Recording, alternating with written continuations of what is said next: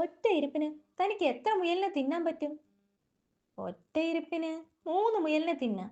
അത് കഴിഞ്ഞാൽ ഇരിപ്പല്ല, കിടപ്പാവും. തനിക്ക് 3 തിന്നാമെങ്കിൽ കടിയനും അത്രയല്ലേ തിന്നൂ? ആ, അതെ. എന്താ?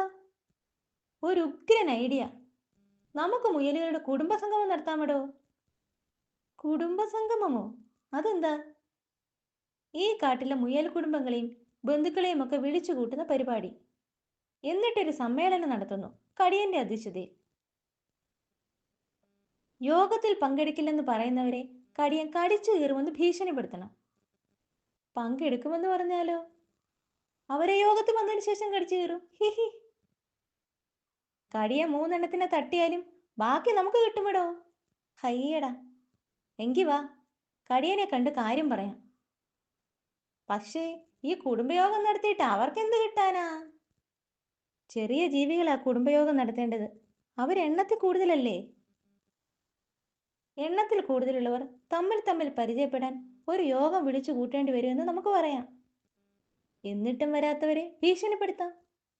ഹാ, എങ്കിൽ കുടുംബയോഗം നാളെ തന്നെ നടത്താമെന്ന് മുയലുകളോട് പറ. മുയലുകളുടെ കുടുംബയോഗം നാളെ കടിയൻ സിംഹത്തിന്റെ അധ്യക്ഷതയിൽ. സ്ഥലം കടിയൻ സിംഹത്തിന്റെ ഗുഹയുടെ മുൻവശം. യോഗത്തിൽ പങ്കെടുക്കുന്നവർക്ക് അപ്രതീക്ഷിതമായ സമ്മാനം. വരുന്നു മറ്റു ചെറിയ ജീവികളുടെയും കുടുംബയോഗങ്ങൾ. ഈ യോഗം നിങ്ങളുടെ യോഗം. ഞാൻ ബോർഡ് എഴുതുമ്പോഴേക്കും താൻ പോയി മുയലുകളെ ക്ഷണിച്ചു തുടങ്ങിക്കോ. സകല കാര്യങ്ങളും പറയണം. ക്ഷണിച്ചിട്ട് ഒരുത്തിനും വരുന്നില്ല സൂത്ര. വരുന്നില്ലേ? താൻ എന്ത് പറഞ്ഞാ ക്ഷണിച്ചത്? സകല കാര്യങ്ങളും പറഞ്ഞു. കടിയൻ ഒറ്റ ഇരിപ്പിന് 3 മുയലുകളെയാ തിന്നുകയെന്നും പറഞ്ഞു. മണ്ട. കടിയനല്ലേ അത്? നിൽക്കടാ, നിൽക്കടാ അവിടെ. നിന്റെ ഒരു കുടുംബയോഗം.